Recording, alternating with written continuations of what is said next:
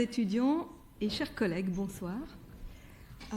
Pour ceux qui ne me connaissent pas, je suis Valérie November et en quelques mots, je voulais me présenter avant d'aller plus loin dans la soirée. Donc, je travaille à l'EPFL comme professeure boursière du Fonds national suisse de la recherche scientifique depuis 2006 et j'ai fondé le groupe d'études de la spatialité des risques, le groupe ESPRIT. Et dans ce groupe de recherche, il y a plusieurs axes de recherche. On travaille d'abord sur la circulation de l'information dans des situations de risque et de crise. On travaille sur la représentation des risques en essayant de trouver des façons alternatives de visualiser les risques.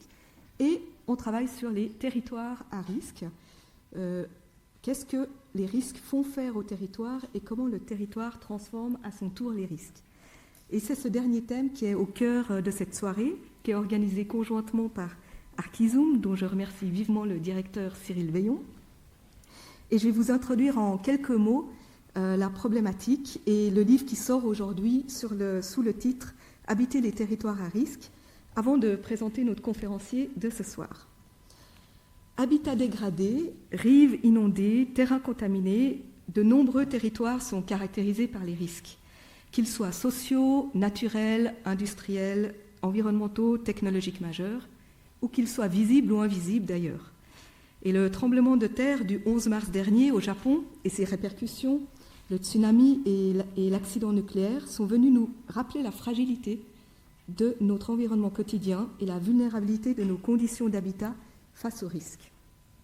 Face à ça, rester, fuir, résister au déplacement ou être contraints à l'immobilité, les habitants ne peuvent pas rester indifférents face à ces contraintes spatiales. Et de leur côté, les collectivités publiques se doivent également d'agir pour contrer et dépasser ces risques, souvent en construisant des projets communs, quand elles y arrivent. Donc dès lors, il est important de penser les risques en termes de logique territoriale et d'expérience citoyenne. Donc ce livre, dont vous avez la couverture en grand écran, contient 11 contributions qui analyse justement les relations complexes entre risque et territoire.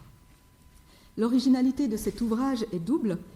Il rassemble pour la première fois des chercheurs d'horizons divers, géographes, sociologues, anthropologues, urbanistes et architectes, dont quelques-uns sont d'ailleurs dans la salle. Et le but est de faire émerger une communauté scientifique qui analyse les dynamiques territoriales du risque en accordant de l'importance aux espaces de risque, et non pas seulement, comme c'est l'usage souvent, aux risques par eux-mêmes, sans considérer les espaces qu'ils touchent.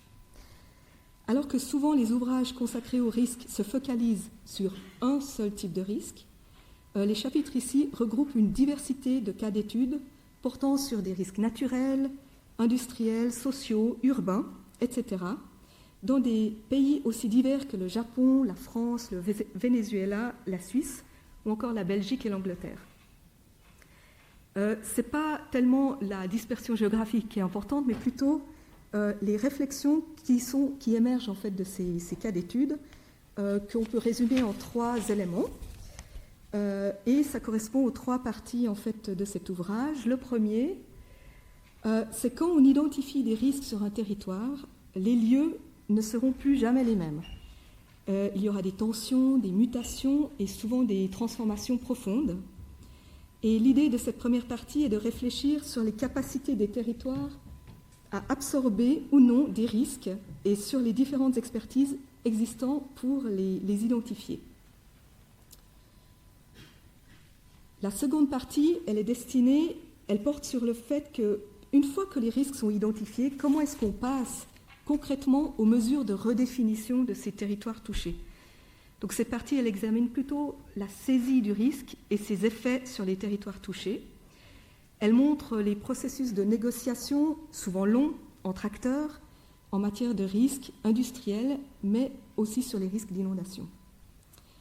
Et la troisième partie est dédiée au processus de mise en mémoire de la catastrophe, c'est-à-dire que l'idée, c'est de réfléchir sur la place de la catastrophe une fois qu'elle s'est produite, que le risque s'est transformé en catastrophe, et à réfléchir sur l'empreinte laissée dans le territoire et dans la mémoire collective. Et ce que montre cette dernière partie, c'est que les interventions architecturales et urbanistiques ont parfois la capacité de transformer durablement ces territoires vulnérables ou délaissés, et parfois ce n'est pas le cas. Et c'est pour donner un exemple concret de telle dynamique territoriale à l'œuvre que nous avons invité Marine Karmitz. Et peut-être je vais dire quelques mots du contexte dans lequel est née cette invitation, qui est un contexte assez particulier. En sa qualité de président du Conseil de création artistique, qui depuis s'est dissous, il a contribué au financement et à la tenue d'une rencontre franco-américaine à New York portant sur les Politics of Disasters. Et dans le cadre de ce colloque, dans lequel j'intervenais, notamment avec Jean-Pierre Dupuis, Saskia Sassen, Andrew Lakoff et d'autres, nous avons eu l'occasion d'échanger sur la problématique aménagement dans des territoires à risque, d'où cette invitation qui colle parfaitement au thème de cette soirée. Donc Marine Karmitz, je vous ai mis son portrait, est très connue, vous l'avez en double, voilà. Comme cinéaste et comme producteur, il a produit de grands films, hein. Je n'ai pas besoin de vous mentionner ni sa filmographie, ni les films qu'il a produits. Là où je voulais mettre l'accent, c'est qu'il est très attaché à diffuser des auteurs de cinéma et de faire connaître le cinéma indépendant. Donc il monte sa propre boîte, le MK2. Donc sa propre boîte, c'est une structure de production, le MK2.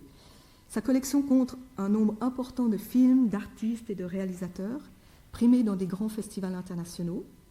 Et c'est ça qui va nous intéresser particulièrement ce soir, pour augmenter sa liberté de diffusion, Marine Karmitz est allée plus loin en s'employant à développer un réseau de salles de cinéma au cœur de la capitale française.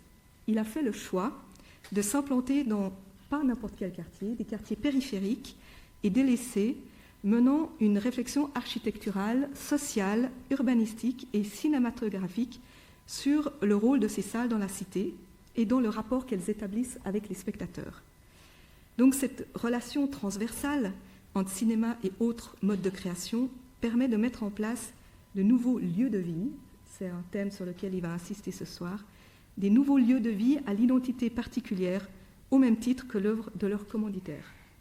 Donc aujourd'hui, il est venu nous parler sur un mode relativement confidentiel de ses expériences personnelles au Quai de la Seine et au Quai de Loire dans le 19e arrondissement à Paris et la construction aussi qu'il a effectuée à la très grande bibliothèque dans le 13e arrondissement. Je le remercie infiniment d'avoir accepté d'être parmi nous et lui laisse la parole pour une conférence intitulée « Quand l'architecture et le cinéma transforment les territoires délaissés ». Merci.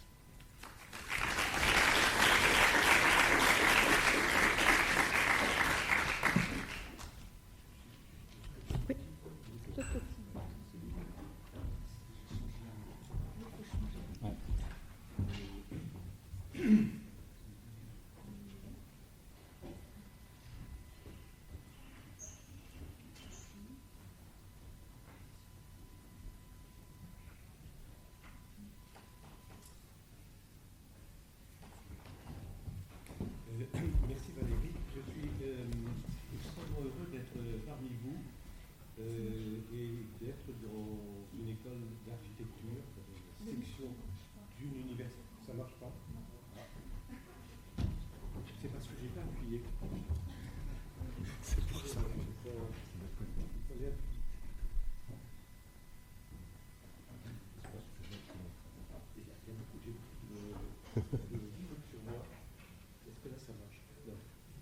Contre en haut. Là, oui. Non. Vous m'entendez là? Non. Oui, c'est mieux? Non, ça ne marche pas.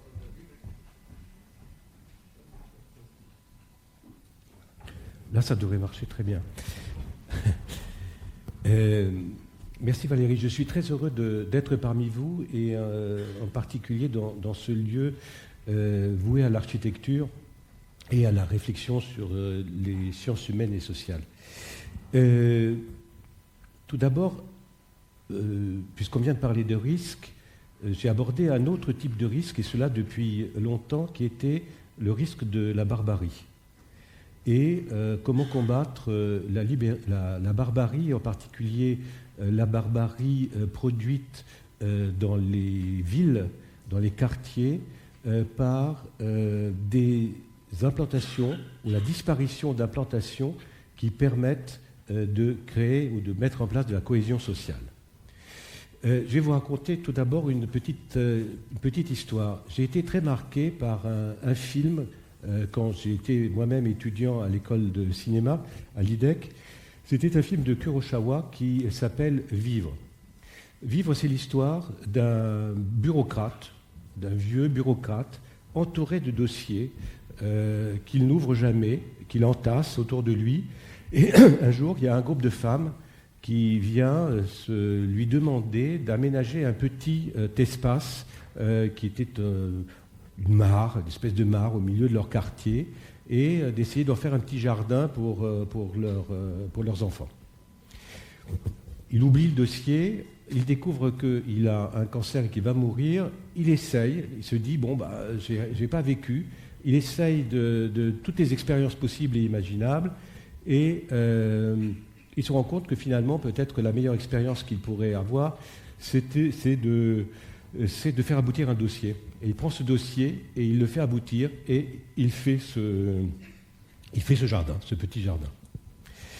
Et en fait, c'est un peu ce que j'ai essayé de faire toute ma vie, c'est de me mettre dans la situation de ce bureaucrate. Alors, je ne suis pas bureaucrate, je n'ai pas le cancer et je n'ai pas fait des jardins, mais j'ai essayé de mettre en place des lieux des lieux de vie où, à travers le cinéma et les passerelles qu'il peut y avoir autour du cinéma sur par rapport à d'autres formes de création, on puisse faire en sorte que des quartiers abandonnés à la peur, abandonnés au désordre, abandonnés à la drogue, etc., puissent se transformer.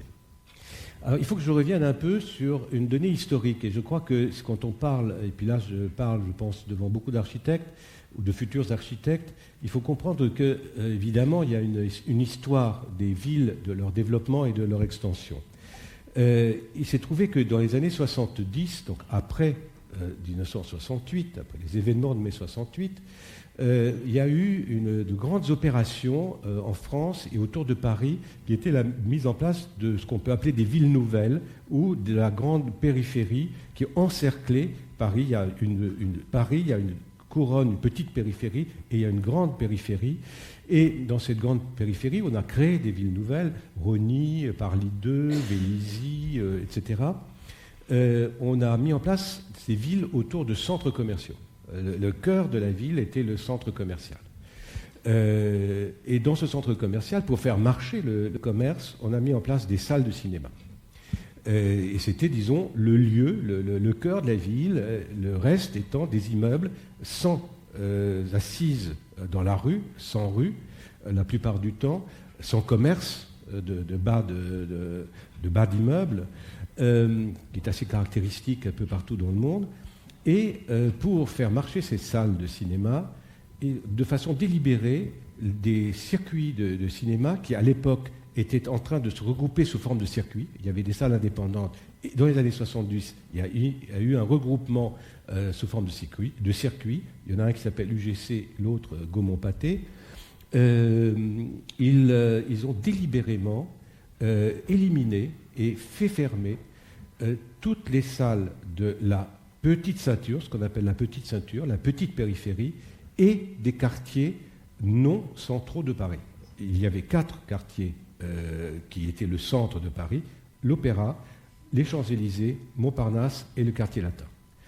Et il y avait, dans tous les arrondissements de Paris, il y a 20 arrondissements dans Paris, des implantations cinématographiques importantes qui dataient depuis la fondation même du cinéma, avec des salles plus ou moins grandes, dont le Gaumont Palace ou le Rex. Gaumont Palace a disparu, ou des salles plus petites. Enfin, c'était très diversifié, très foisonnant, que ce soit à Paris ou dans la petite ceinture, c'est-à-dire Asnières, Bagnolet, Levallois, etc. Je ne vous énumère pas toute la banlieue de Paris. Disparition donc de ces salles. Et désert. Et désert pour pouvoir permettre le développement, et un développement rapide, de la grande périphérie et de centre-ville. Donc avec un vrai problème, c'est-à-dire cette désertification réelle des lieux où des gens peuvent se rassembler, aller, se distraire, etc. C'est particulièrement grave dans, évidemment, les quartiers populaires, dans la mesure où, pour aller au cinéma, il fallait aller loin. Et ça coûte relativement cher, et les gens ont relativement, quand ils travaillent, et ils travaillent souvent beaucoup, ou pas du tout, peu les moyens de se déplacer. Et donc, je me suis rendu compte assez vite, et moi-même, à l'époque, j'étais dans une situation très particulière, et ça, c'est le résultat aussi de mai 68. Il faut reprendre un peu, je le fais très très vite, et je suis désolé parce que ça mériterait beaucoup plus de développement. On s'est posé la question, pour certains d'entre nous, après, au moment de mai 68, et surtout après, par rapport au rôle des intellectuels dans la société française. Qu'est-ce que c'était un intellectuel, quel était son rôle et comment faire. Et en particulier, quand on était cinéaste, ou quand on était journaliste, ou quand on était écrivain,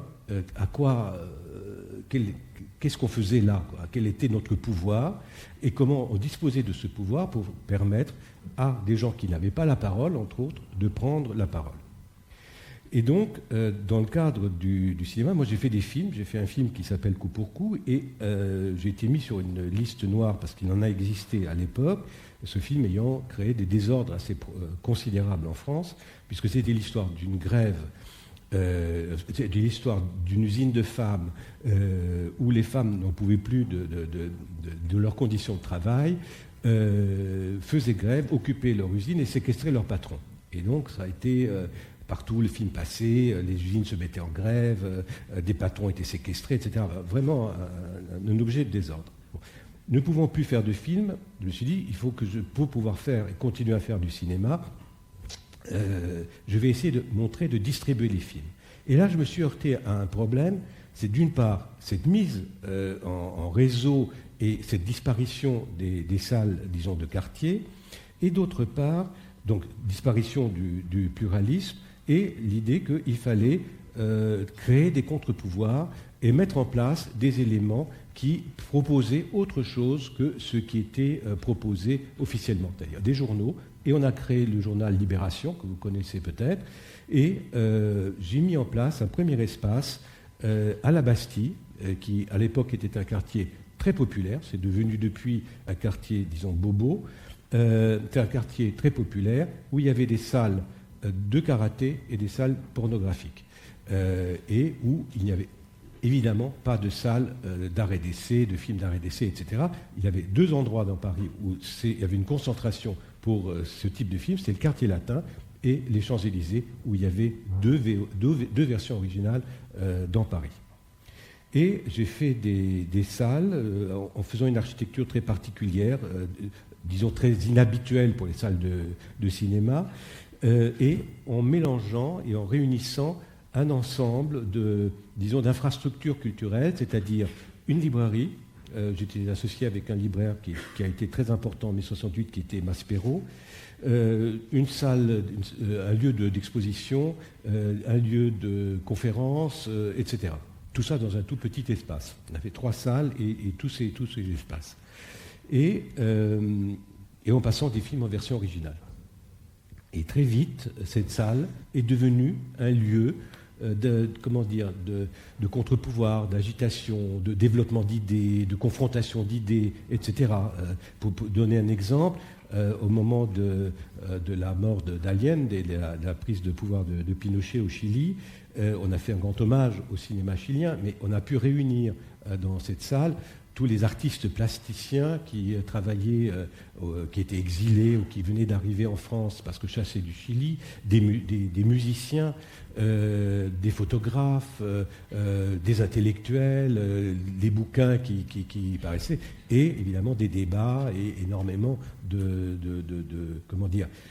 c'était bouillonnant et extrêmement intéressant. Et surtout, on avait commencé à casser, si vous voulez, les murs entre les différentes façons, les différents modes d'expression, et on était dans une espèce de lieu pluridisciplinaire où tout se mélangeait et tout était un élément de combat militant, politique, mais aussi intellectuel et artistique. Il se trouve que je n'ai pas pu faire d'autres salles jusqu'à une période relativement récente. Pourquoi ? Parce que dans les villes comme Paris, il n'y a pas d'espace.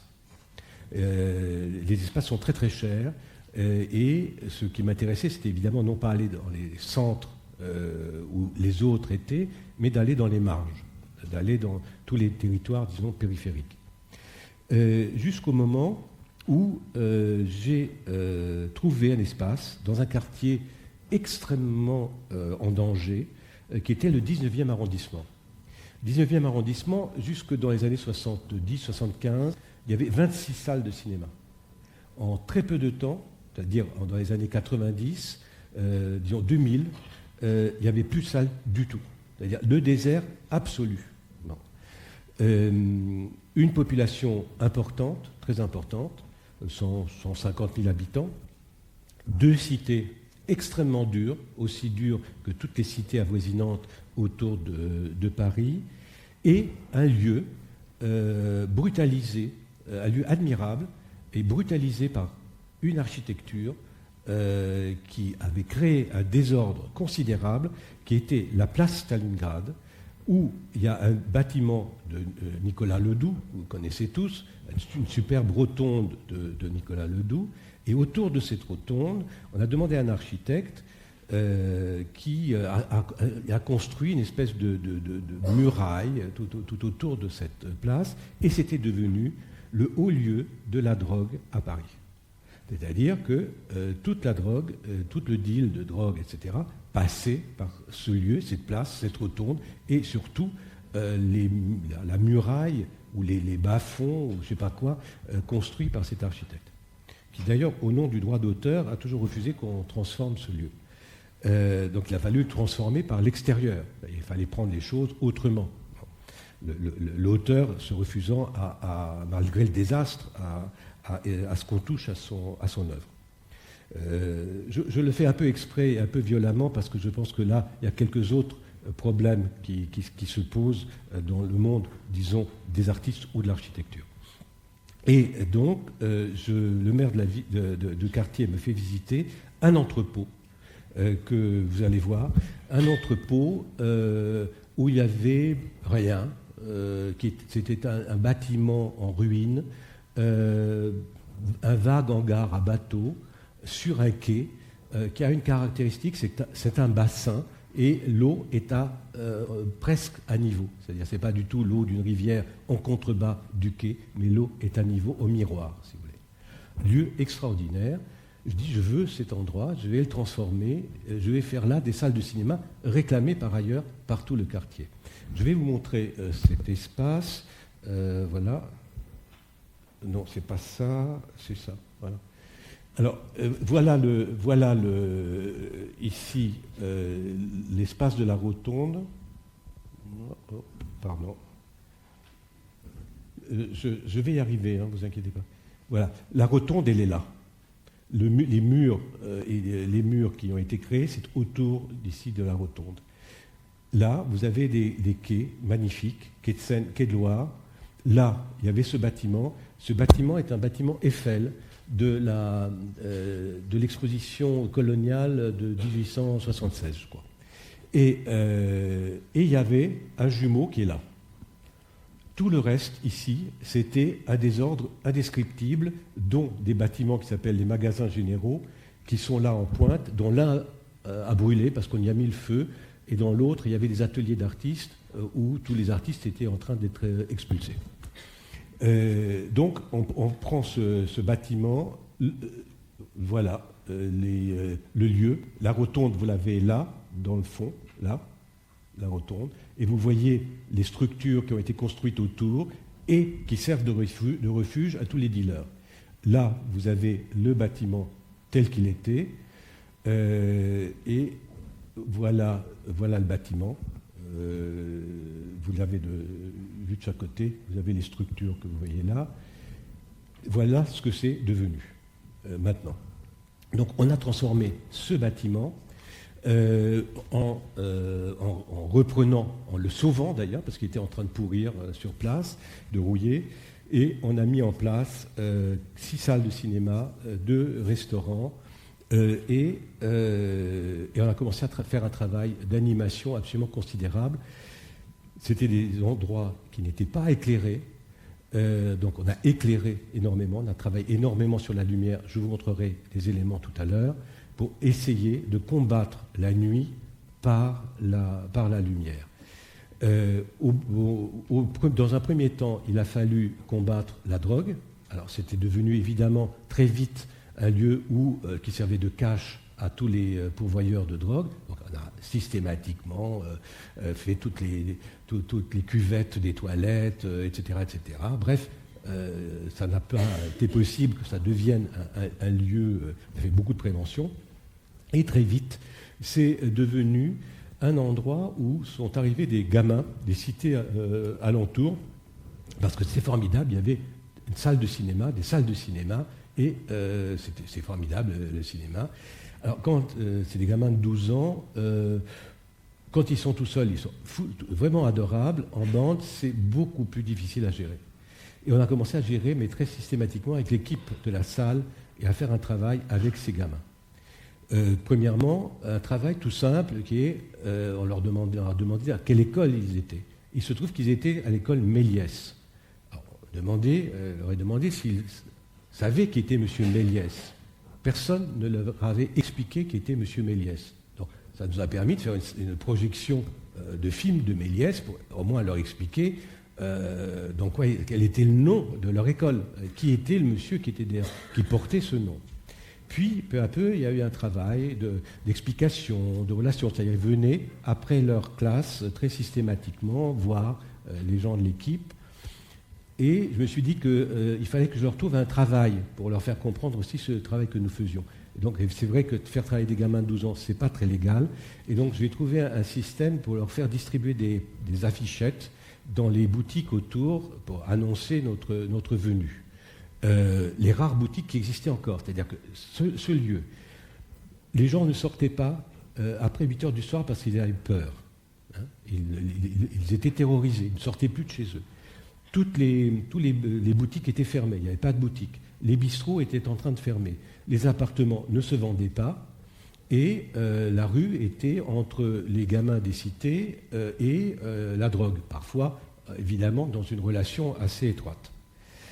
Et donc, il a fallu établir des relations avec eux, et les rares boutiques qu'il y avait, on leur demandait d'aller mettre ces affiches. Et leur expliquant mais c'était important, leur expliquant que si un patron, quelqu'un dans une boutique refusait de la mettre, il ne fallait pas lui casser la gueule. Et donc, c'était déjà leur apprendre quelques relations avec la ville. Ça a duré un petit moment. En contrepartie, évidemment, de ce petit travail, ils avaient des places gratuites. Et on les emmenait à voir. L'objectif était de les emmener voir des films en version originale pour leur apprendre d'autres langues. Indépendamment du contenu du film, c'est aussi les familiariser avec l'anglais, avec l'espagnol, avec d'autres langues. À la fin, au bout de 6 mois, on a ouvert, je crois, au mois de septembre. Au mois de décembre, ils sont venus apporter un énorme couscous pour les gens des équipes des salles. Mais devant le succès qu'on a eu avec les petits frères, les grands frères sont arrivés. Et ça, c'était beaucoup plus compliqué. Parce qu'ils venaient voir qu'est-ce qui se passait, pourquoi les petits frères disaient autant de bien de cet endroit. Ils sont venus et là, ils ont commencé à beaucoup nous embêter. Ça a été très compliqué parce qu'on a refusé de faire appel à la police. Parce que le problème de la police, c'est que chaque fois qu'ils en arrêtent un et qu'il a un peu de drogue sur lui, il lui pique la drogue et puis il lui casse la tête. Et donc, à un moment, il y a des antagonismes extrêmement violents entre la police locale et ces jeunes.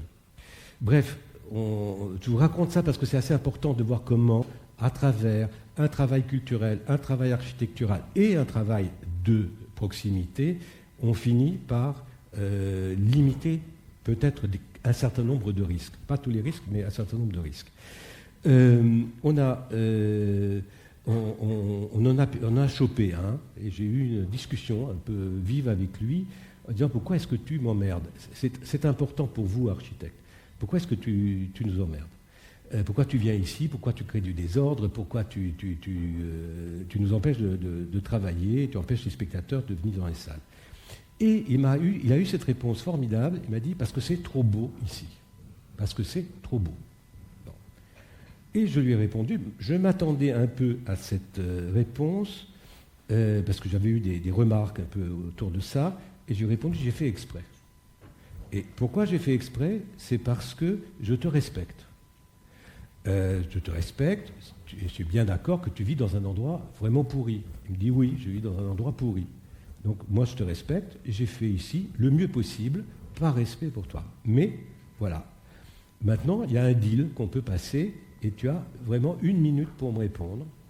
Je prends ma montre, je regarde, je dis voilà le deal, soit tu acceptes de respecter à ton tour les gens qui travaillent ici, les spectateurs et nous, on te respecte et tu es le bienvenu dans cette salle, soit il n'y a pas de problème, tu peux refuser, je t'emmène chez les flics. Donc tu choisis ou le respect et être bien avec nous, ou je t'emmène chez les flics. 1 minute, etc. Évidemment, le choix a été rapide. Mais après ce choix rapide, comme c'était le chef de bande, ça s'est passé beaucoup mieux. Et les choses se sont calmées. Mais elles se sont réellement calmées avec un autre type de travail. Ça, c'est très important. C'est un film que nous avons fait à partir des expériences, des difficultés, des vols, etc., que nous avons eus dans nos salles, dans ces salles. Et je travaillais à l'époque avec un metteur en scène qui s'appelle Jacques Doyon, et j'ai raconté ce qui se passait dans nos salles à Jacques Doyon, et je lui ai proposé qu'on fasse... lui a eu envie de faire un film autour des petits frères.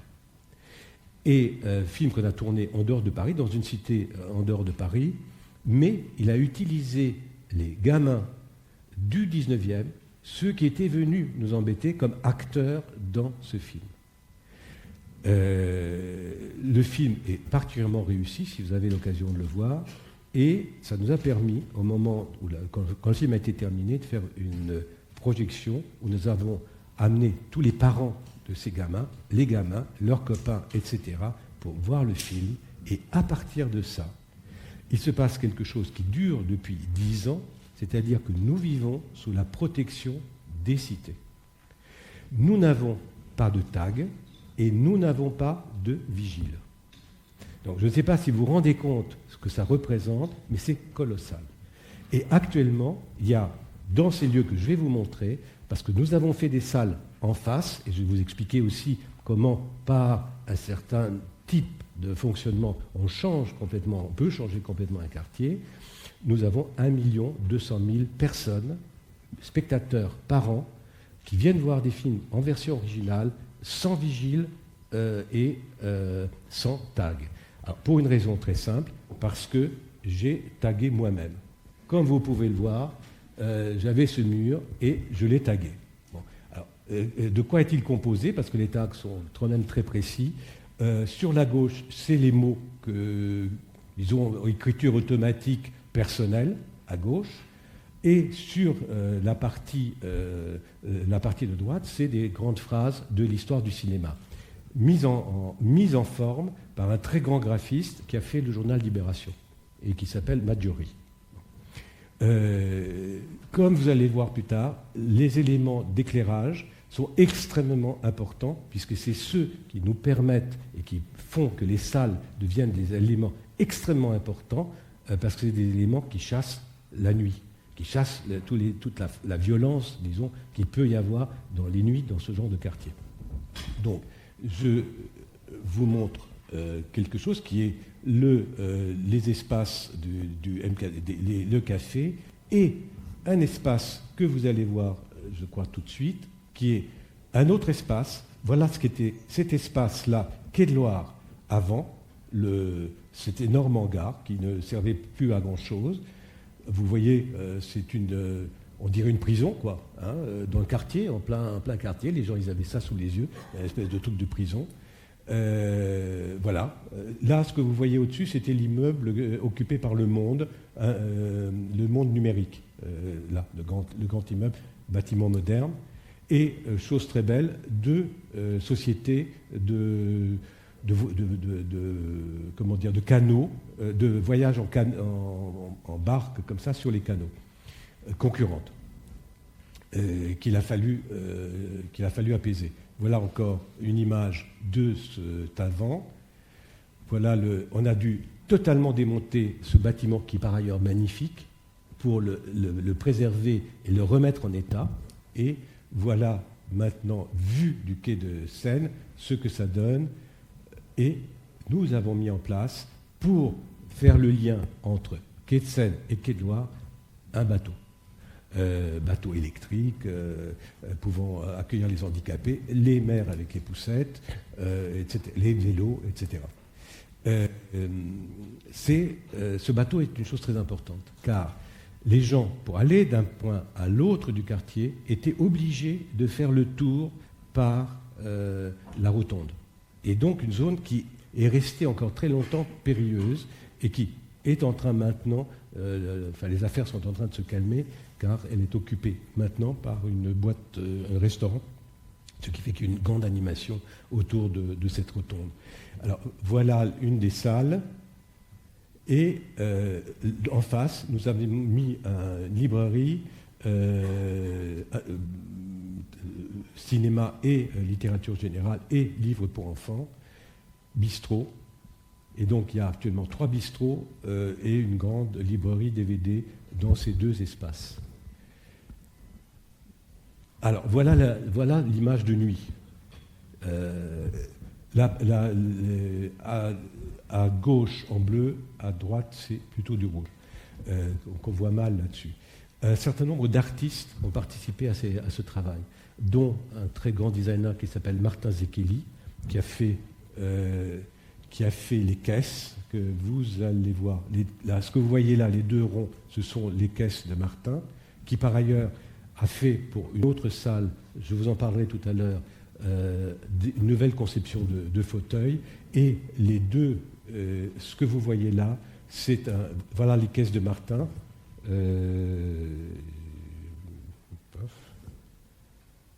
crois que c'est ça, voilà. Les caisses de Martin. Et ça, c'est une fresque de Martial Reis. Je ne sais pas si vous avez entendu parler de cet artiste, mais c'est un des plus grands artistes français, sans doute un des plus grands artistes mondiaux. C'est un des fondateurs du pop avec Andy Warhol. Très peu connu, si ce n'est par les amateurs, ce qui fait que c'est l'artiste français le plus cher au monde actuellement. Et qui nous a fait cette fresque qui bouge. C'est des personnages qui bougent avec des néons. Alors, pour la conclusion, si vous voulez, de cette situation, c'est quoi? C'est la possibilité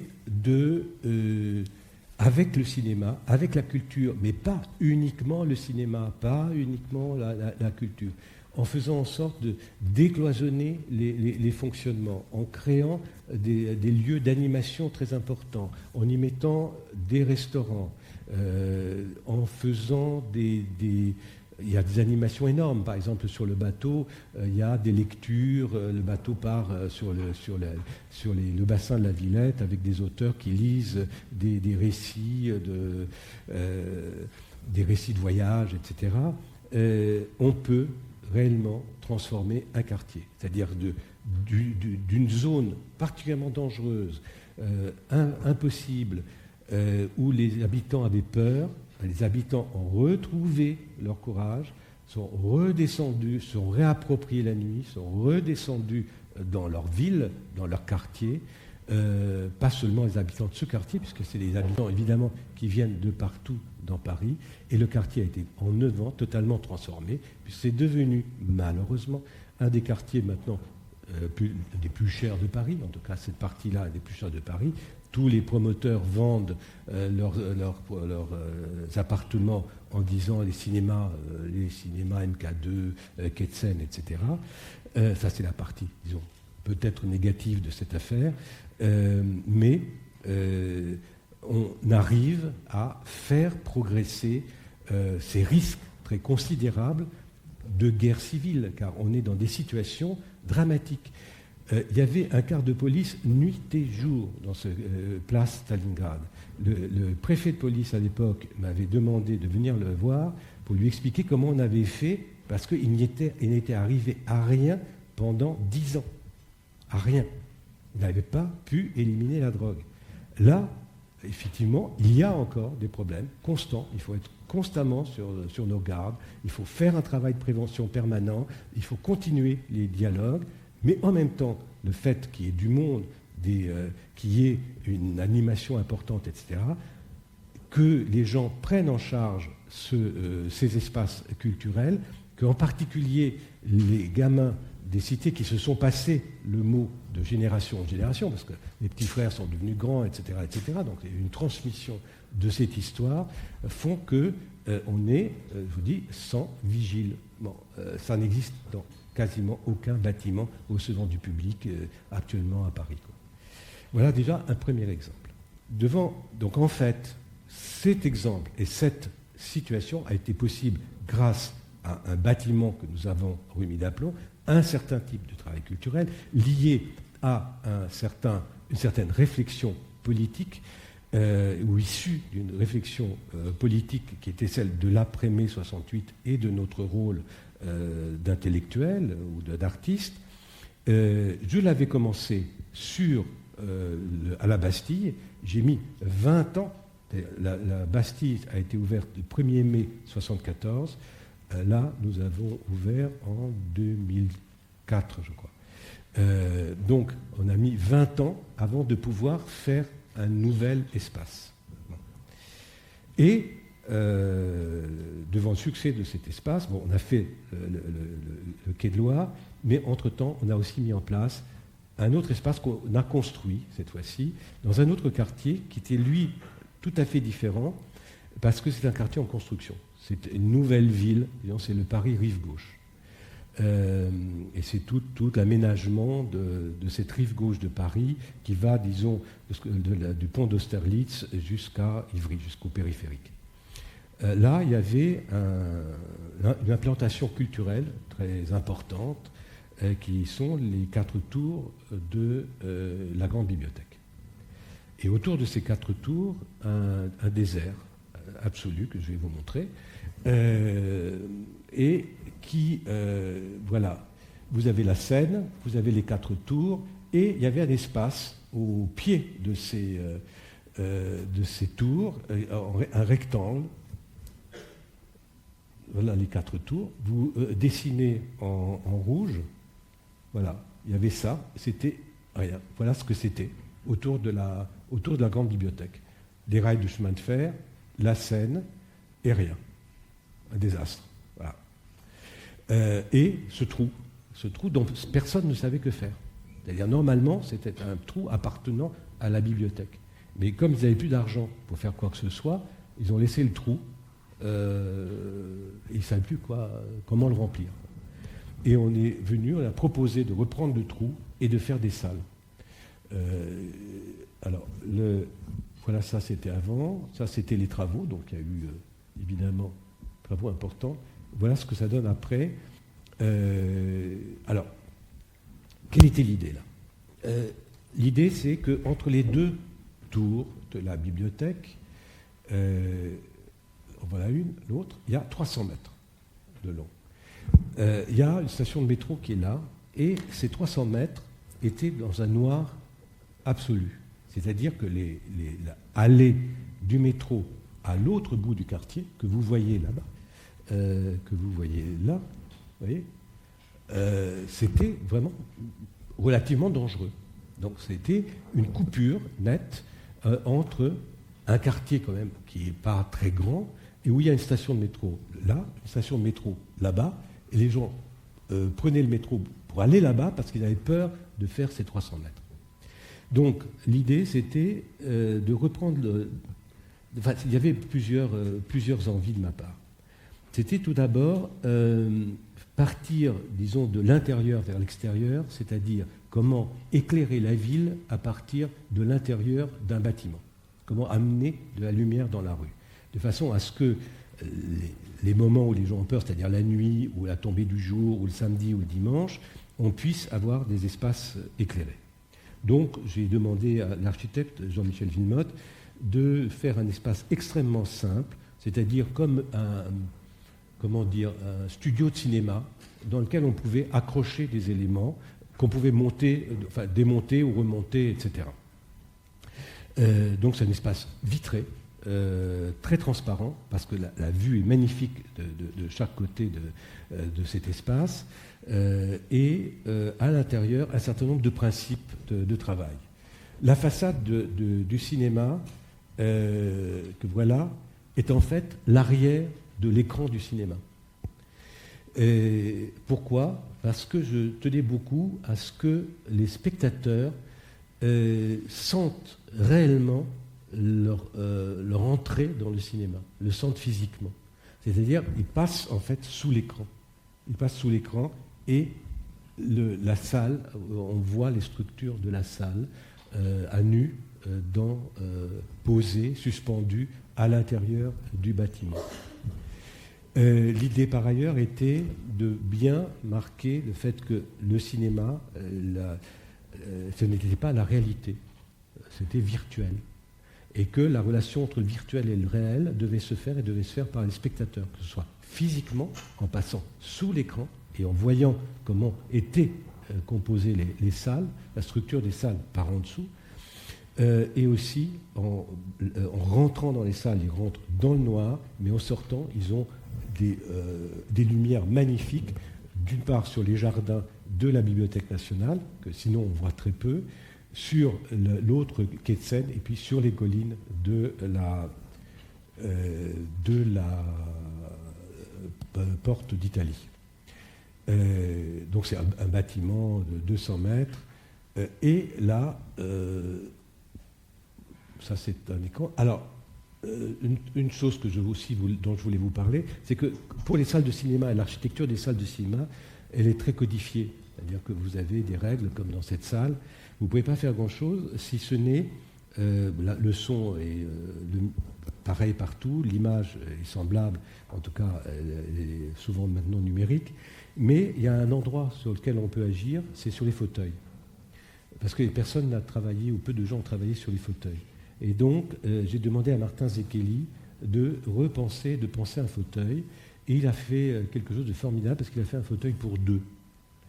Et les fauteuils que vous voyez là, malheureusement de dos, je ne crois pas avoir de photos de ces fauteuils de face. Vous pouvez être à deux ou relever l'accoudoir, baisser l'accoudoir et vous êtes séparés de votre voisin. Mais cette idée d'être à deux et cette idée de cette relation possible à partir du fauteuil complétait l'idée de ce que vous voyez là, par exemple, les magasins qu'il y a à l'intérieur, c'est-à-dire là, c'est des magasins de DVD, librairies, nourriture, fringues, etc., des restaurants, et aussi, c'est un lieu d'exposition assez formidable, il y a eu beaucoup d'expositions. Sur la place, devant les salles, il y a des marchés aux puces qui se tiennent, et une animation très particulière, puisque là, on s'est dit que la salle de cinéma s'est fait aussi pour passer d'autres choses que des films, parce qu'il y a quand même des tas de moments où les salles sont fermées. Et par exemple, c'est une salle où nous avons des cours de philosophie très régulièrement, remarquables. À partir du cinéma, il y a un agrégé de philosophie qui parle de Spinoza, ou qui parle de Kant, ou d'autres philosophes, et des cours de rattrapage au bac, au moment où il y a les épreuves du bac. Donc, une salle qui cherche à être ouverte sur la cité. Il y a des facs qui sont arrivés depuis. Bref, c'est un quartier qui est en train de vivre réellement, de se trouver son équilibre, et de se trouver son équilibre en grande partie autour de ces salles. Ce qui nous amène d'ailleurs à travailler de façon de plus en plus étroite avec la grande bibliothèque et à amener, disons, cette institution publique à aussi sortir de simplement la possibilité de lire des livres, mais aussi à s'ouvrir sur la ville par toute une série d'activités avec nous ou sans nous, mais qui sont des activités aussi qui décloisonnent l'ensemble des éléments de culture ou de civilisation. Et donc, cette salle, par exemple, elle existe depuis 6 ans. En 6 ans, il n'y avait rien. Quand on a fait cette salle, il n'y avait rien. C'était 0. On est actuellement, cette année, on va être 1 400 000 spectateurs. Il n'y a pas de vigile, il n'y a pas de casse, il n'y a pas de tag. Donc, je vous donne, c'est la 3e salle de Paris. Toutes les autres, il y a des vigiles partout. Donc, tout ça mérite réflexion. Donc, je voulais, je ne sais pas si le temps qui m'est imparti, je l'ai largement dépassé, non, bon. Je voulais vous dire ça brièvement, rapidement, pour vous montrer à quel point il y a d'abord une relation profonde entre l'histoire des idées, disons mai 68 et ça, il y a une relation entre tout ça. L'architecture s'inscrit, pour moi, dans une histoire. Elle s'inscrit dans un combat. Elle peut changer la vie. Et elle peut prévenir un certain nombre de risques à condition qu'on ait une position de résistance ou de révolte, mais de révolte débouchant sur la résistance, pour faire en sorte qu'on se donne les moyens de penser, de faire autrement. Et entre architecture et cinéma, culture, enfin livres, etc., il y a des relations possibles, nécessaires et indispensables. Je tiens à préciser une chose, c'est que l'ensemble de ces implantations s'est fait avec aucune aide, ni de l'État, ni de la ville, ni de qui que ce soit. C'est entièrement privé, sur fond privé, et que je pense que le rôle d'entrepreneur culturel est aussi a vocation à être un rôle d'intérêt général et de relation avec le public, et pas seulement de considérer que les spectateurs sont comme des bagnoles, comme des voitures qu'on met dans un parking et qu'on taxe à l'entrée ou éventuellement à la sortie en leur vendant de la confiserie ou en ne faisant même pas attention à la façon dont on gère leur corps à l'intérieur d'un espace. Enfin, les voitures, on les traite mieux souvent que les spectateurs. Voilà. Alors, maintenant, c'est plutôt des questions qu'il faut que vous me posiez, parce que je suis allé très vite. J'ai essayé de résumer beaucoup, 40 ans presque de travail et de vie et d'expérience. Il y a plein de choses à raconter autour de tout ça. J'ai essayé de vous donner des exemples concrets et de vous dire que vous avez un très beau métier.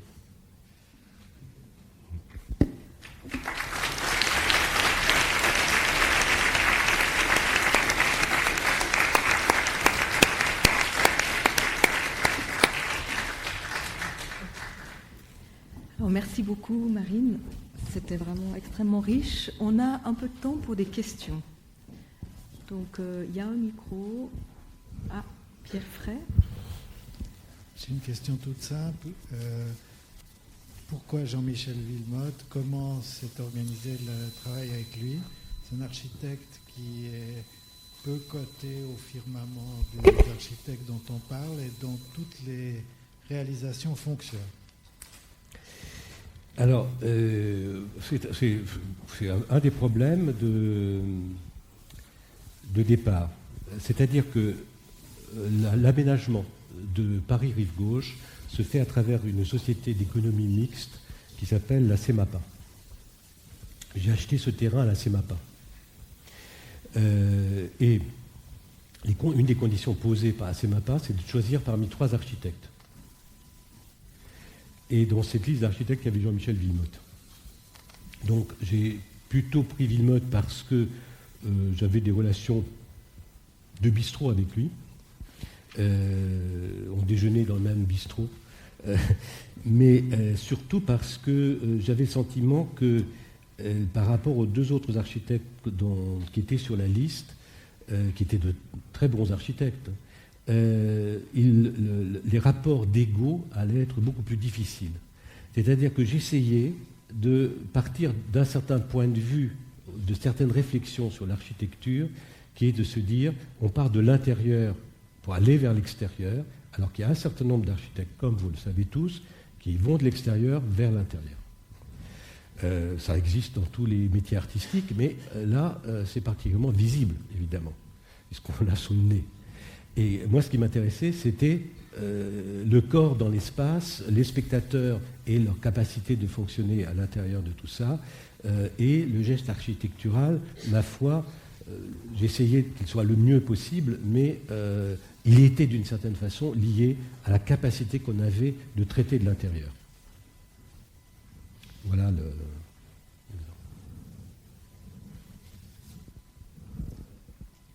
Est-ce qu'il y a d'autres questions? Oui, Cyril. Ah. Bonsoir. Je voulais vous poser une question aussi concernant l'architecte, puisqu'on est dans une école d'architecture. Aujourd'hui, il y a les pouvoirs publics qui organisent toujours, pour une question de marché public, des concours d'architecture. On se pose la question, des fois dans les communes, où on essaye de voir comment est-ce que dans le privé, ces concours puissent avoir lieu, parce que bon, vous, en l'occurrence, vous avez de la chance, vous avez un bon architecte. Ce n'est pas toujours le cas, et puis je pense qu'il y a beaucoup d'architecture construite par des promotions privées qui font des fois beaucoup de mal à la ville. Est-ce que dans votre cas, ça vous est déjà traversé l'esprit de faire des concours d'architecture pour vos bâtiments?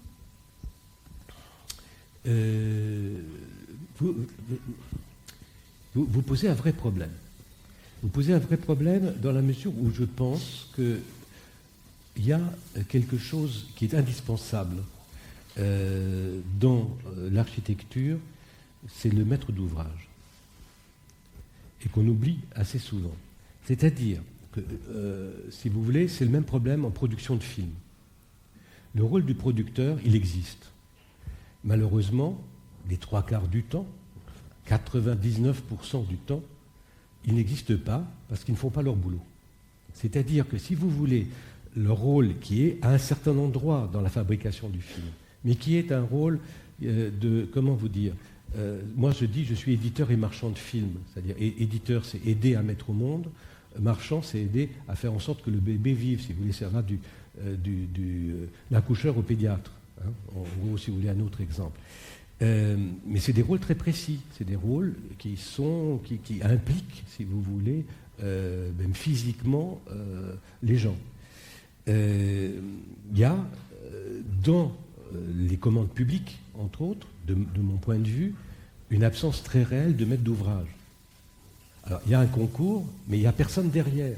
Et qu'est-ce qu'il y a? Il y a un jury. On voit bien comment sont les jurys. J'ai participé à un certain nombre de jurys. Globalement, c'est ou à celui qui a le plus de mecs qui le soutiennent, la personne, le maximum de jurés qui le soutiennent, ou le plus médiocre des projets. Mais parce qu'il n'y a personne pour dire « je veux ça ». On donne un cahier des charges, mais après, c'est quoi un cahier des charges? D'accord, là c'était de faire 14 salles, de tant de milliers de places, dans tant de mètres carrés, à tel prix. Une fois qu'on a dit ça, on dit quoi? Pas grand-chose. Et donc, il y a ce problème qui est celui de l'entrepreneur privé, qui a quand même fait merveille, à ma connaissance, tous les grands bâtiments de l'histoire mondiale dans le passé, ceux de Florence ou de Rome, ceux de beaucoup d'autres villes, ne sont pas passés par des concours ou des appels d'offres. Rarement. Ça existait. Ça existait. Chez les peintres, ça existait. Mais enfin, rarement. Il y avait un Médicis qui disait « je veux ça ». Et qui prenait, en gros, aussi les meilleurs et qui trouvait les meilleurs, qui faisait découvrir des artistes que les autres ne connaissaient pas. Mais il faut aussi regarder ça. Donc, si vous voulez, je me suis beaucoup posé la question en disant « j'aimerais bien faire un concours, je vais avoir des projets, mais finalement, je fais quoi après ? Quelle va être ma relation avec l'architecte lui-même.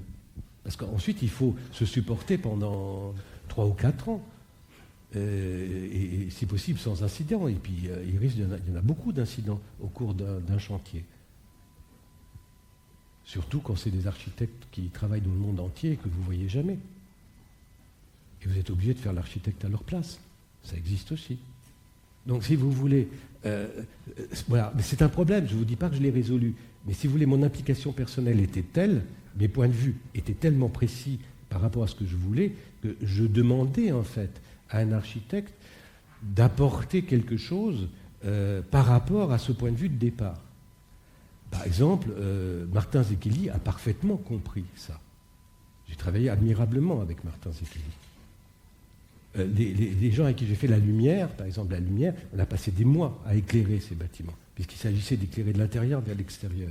Donc on ne pouvait travailler que la nuit, entre autres. Donc c'était extrêmement compliqué. Mais je veux dire, par exemple, ça, c'est quelque chose que la plupart des architectes ne connaissent pas. J'ai rencontré très peu d'architectes, j'en ai rencontré quelques-uns, qui s'occupent de la lumière. Alors, cahier des charges, la lumière, on fait quoi? Il passe par des bureaux d'études. Non, je suis un peu violent, mais pardonnez-moi un peu cette violence, mais parce que je pense qu'il faut se poser, c'est pour vous amener à poser des questions.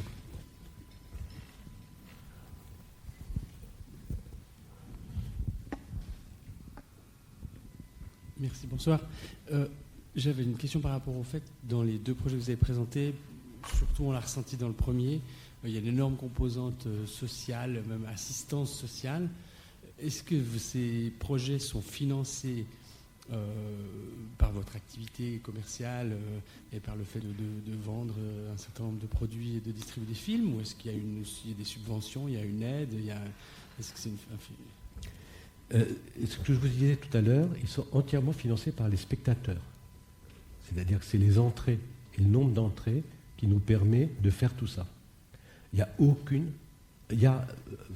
Plus exactement, actuellement le cinéma français a quelque chose qui est très intelligent, qui s'appelle le fonds de soutien. C'est-à-dire que chaque spectateur paye une taxe sur le billet, qui elle est répartie de façon automatique entre les exploitants, les distributeurs, les producteurs et le centre du cinéma, c'est-à-dire les activités générales, les festivals, les avances sur recettes, etc.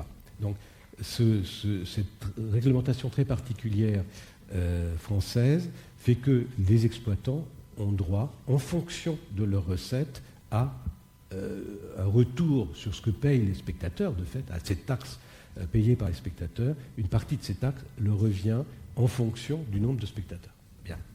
Indépendamment de cette taxe, nous n'avons aucun soutien de l'État ni de la ville. Voilà. C'est pour ça que c'est important. C'est important de montrer qu'on peut aussi faire un travail culturel en dehors de l'État. Je vous donne un autre exemple, c'est que ce dont je suis le plus fier, c'est que j'ai introduit à Paris la version originale, c'est-à-dire qu'on est passé de 2 versions originales à Paris. Actuellement, toutes mes salles sont en version originale, et j'en ai 58 actuellement.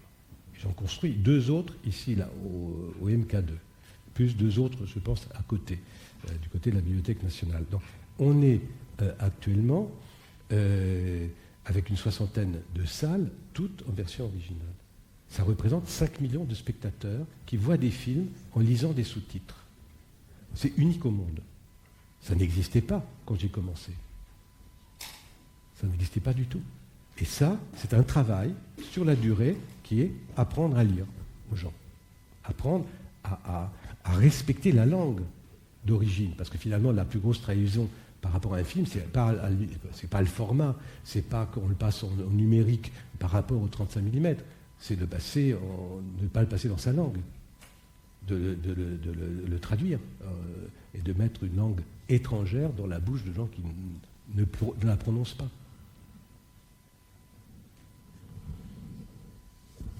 Il y a beaucoup de questions. Oui, oui, bonjour.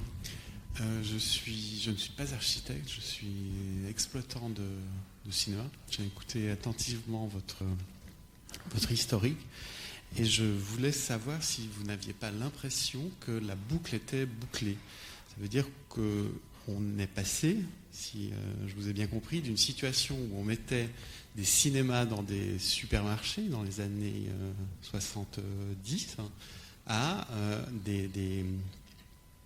une autre situation en fait, qui est celle qu'on voit en fait sur les photos du projet du cinéma bibliothèque, où c'est le supermarché qui est à l'intérieur du cinéma. Et ma question c'est, après avoir fait cette révolution, c'est-à-dire on est passé en fait de cet état en fait à son contraire, toujours, est-ce qu'il reste quelque chose à faire? En fait, quelle va être la mission des gens qui vont vous succéder, sachant que les films ne peuvent être qu'en version originale ou en version doublée et que ça a peu d'importance qu'ils soient en numérique ou en 35 mm. C'est avec quoi vous êtes d'accord? Vous avez raison de poser cette question, parce qu'effectivement, il y a un problème. Il y a simplement, entre le moment... il y a, si vous voulez, encore beaucoup à faire dans le contexte de ce que je suis en train d'exposer, si vous voulez. Il y a encore beaucoup de centres-villes, beaucoup de banlieues, beaucoup de lieux où le cinéma peut être un élément de la cohésion sociale. C'est-à-dire qu'à partir du cinéma et de ce qui l'entoure, moi ça ne me gêne pas que ce soit dans un supermarché. C'est pas pour moi le problème. C'est qu'est-ce qu'on y fait, qu'est-ce qu'on y passe et comment on le fait. Par exemple, on m'avait proposé des salles dans un grand supermarché à Aubervilliers qui s'appelle le Millénaire, et ça m'intéressait énormément d'y aller. Mais qu'est-ce qui m'intéressait dans cette affaire? C'est que, je vous l'explique en 2 mots, parce que c'est sur le plan urbanistique très intéressant, et c'est un échec, on n'a pas pu le faire. Vous avez un quartier particulièrement défavorisé dans Paris qui s'appelle le 18e arrondissement, qui est à côté du 19e, 20e, 18e. Bon. Vous avez des périphériques qui encerclent cette partie-là de Paris, et de l'autre côté, ce qu'on appelle le 93, c'est-à-dire la banlieue vraiment difficile. Ce n'est pas la seule, mais enfin, elle est particulièrement difficile. Bien. Il y a une rénovation urbaine de la ville de Paris dans la ZAR Claude Bernard et dans ce qu'on appelle les hangars McDonald's, la zone McDonald's. Ce sont des grands hangars magnifiques où il y avait une société de transport, Calberson, qui était là. Et veulent faire des salles de cinéma. Donc ils sont en train de mettre en place, avec UGC, des salles de cinéma dans la ZAR Claude Bernard. Juste en face, vous avez Aubervilliers, banlieue particulièrement pauvre, où il y a un très grand centre commercial qui vient d'ouvrir, qui s'appelle le Millénaire, mais qui est assez beau, fait par un très bon architecte, qui est Antoine Grimbach, que vous connaissez sans doute, et qui est un grand urbaniste français, et qui est au bord du canal, etc. Vraiment un autre type de centre commercial, disons un centre commercial de 3e type ou de Xème type, mais ouvert sur l'extérieur, ouvert sur le canal, etc. On y accède par bateau, d'ailleurs, entre autres, ou par le périphérique. Et il se trouve qu'il y a une passerelle qui est en cours de construction, qui doit être en cours de construction, entre Paris et la périphérie.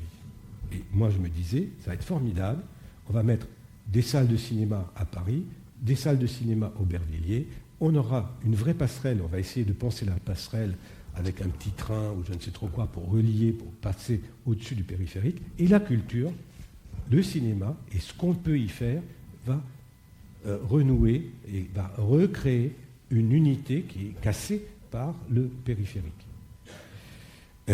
J'avais proposé d'ailleurs ce projet à 2 architectes que j'admire énormément et qui sont suisses et qui s'appellent Herzog et Demeron. Demeron est venu voir, on a longuement discuté. Le désordre général était tel, le nombre d'architectes qui s'empilaient dans ces projets était tel qu'au bout d'un moment, on m'a dit, écoute, moi je ne peux pas, quoi. ne peut pas travailler comme ça, il faut repenser complètement cette zone, ce en quoi il avait absolument raison. Je vous donne un exemple. Il y a un tramway qui est en train de se faire. Les stations du tramway en France sont, je crois, à peu près tous les 500 mètres.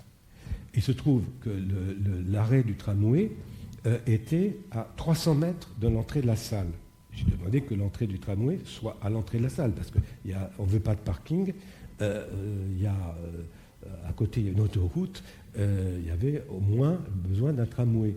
Jacques-Claude Bernard, celui-là, pas Aubervilliers. Impossible d'obtenir que le tramway soit au pied de la salle, parce qu'il ne peut s'arrêter que tous les 500 mètres, pas à l'endroit où il faut. En Suisse, il s'arrête où il faut. Enfin, moi, dans les villes que je connais en Suisse, il s'arrête où on en a besoin. Il ne s'arrête pas où on lui dit de s'arrêter, là où les citoyens ont besoin. Bon.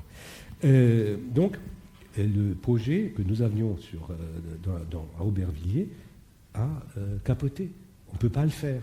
Les oppositions sont telles, le désordre est tel, la violence des réactions, parce qu'on se fait concurrence, soi-disant, je ne sais pas quoi, est telle qu'on ne peut pas le faire. Mais on peut penser beaucoup de choses dans beaucoup d'endroits. On ne peut pas le faire avec vos exigences, mais des concurrents ont repris le projet. L'UGC a repris et le projet ne veut pas de concurrents, etc. Quoi. On ne peut pas imaginer qu'on peut être deux avec une passerelle au milieu. Je viens d'expliquer là qu'avec le petit bateau, on me disait au début, quand j'ai fait mes salles et que j'étais mon propre concurrent, que j'étais fou.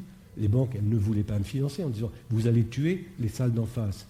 Je leur ai expliqué que pas du tout, qu'au contraire, plus il y avait de bistrots autour d'une place, plus la place fonctionnait et plus les bistrots fonctionnaient.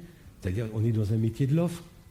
Donc l'offre culturelle, plus elle est importante, plus elle est judicieuse, moins elle est fragmentée, plus mieux elle fonctionne.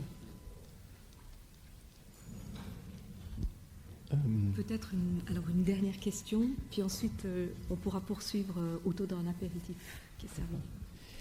Ma question porte sur les films qu'on voit dans vos cinémas.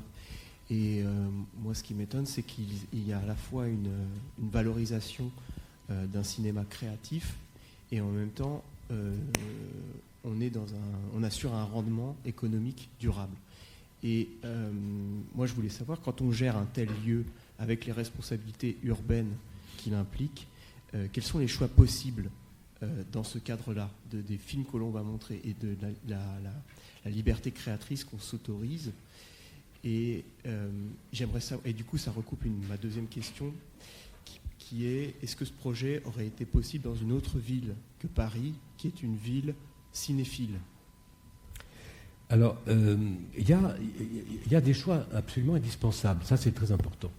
Parce que, effectivement, c'est une réflexion sur le contenu. Et ces lieux n'existent que par rapport à un contenu. Alors, en gros, ce n'est pas toujours le cas, c'est difficile à respecter. J'ai, disons, chassé de nos salles tout ce qui est appel à la barbarie. C'est-à-dire, vous ne pouvez pas parler de lutte contre la barbarie, vous ne pouvez pas parler de faire de la prévention en mettant dans vos salles des appels au meurtre. Il y a un certain nombre de films, moins maintenant, mais à un moment, en particulier dans le cinéma américain, qui étaient de purs appels au meurtre. Bon. On les a éliminés. On ne les prend pas. Bon. Ça calmait aussi un peu le jeu. C'est-à-dire que c'est vrai qu'il y a des films où, si vous voyez brûler des bagnoles, vous sortez, vous faites la même chose. Pas pourquoi ça serait autorisé dans le film. Surtout quand vous avez des salles qui ne créent pas la différence entre extérieur et intérieur, cinéma et réalité, fiction et réalité, etc. Et donc, on a essayé de chasser ces films de chez nous, de la même façon qu'on chasse la drogue. Bon, c'est une autre forme de drogue. C'est très compliqué, parce que très vite, vous êtes accusé de censure. C'est très compliqué, parce que très vite, vous êtes accusé d'être, dans l'ordre moral, etc., etc. Sauf qu'il s'agit de parler de contenu de cinéma et de ce qu'il transporte. Et là, le débat, il est difficile aussi parce qu'il y a très peu d'intervenants pour parler de ce contenu. Pas beaucoup de critiques, les cinéastes eux-mêmes, les jeunes cinéastes ne sont pas très sensibilisés à ce genre de choses, etc. Mais ça, c'est quelque chose qu'on peut faire par soi-même. D'autre part, on peut tout à fait, nous on avait un projet, là encore, on est dans une situation, et c'est là où on voit les barrières, la capacité de dire non à ce type de transformation de la cité. On avait un projet très volontariste à Marseille. Marseille, c'est la ville elle-même qui est dans une situation dégradée, terrible. Bon. Vous avez lu dans les journaux tout ce qui s'y passe, enfin c'est quand même pas très facile. Et ils nous ont demandé de venir. On est demandé un peu partout maintenant comme consultants pour essayer de voir si on ne peut pas créer un peu de cohésion sociale. Et ils ont demandé de venir. Les différents partis politiques qui gèrent cette ville se sont enfin mis ensemble pour nous demander d'intervenir.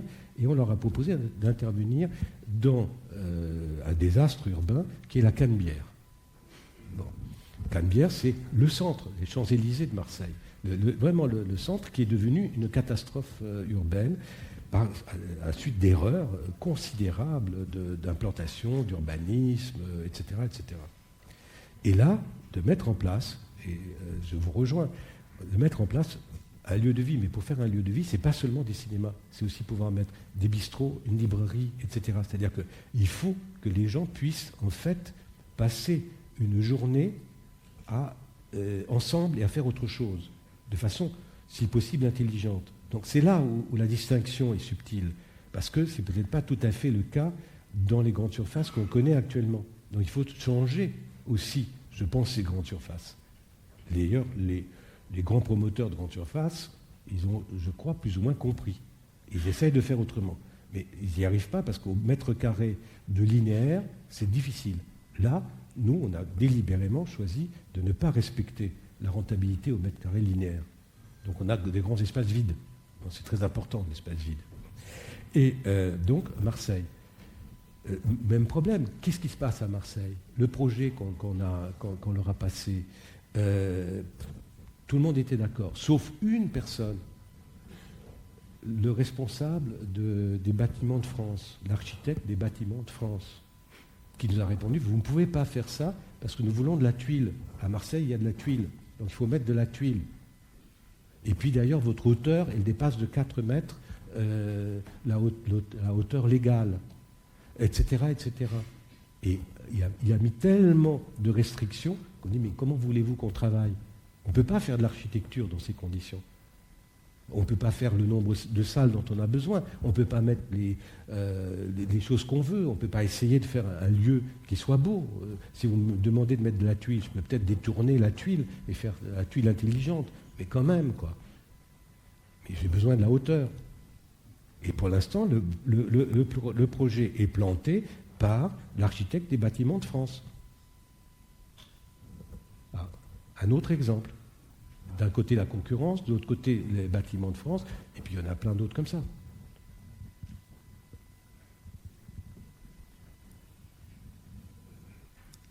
Ok, merci. Voilà ce qui vous attend, monsieur, mesdames.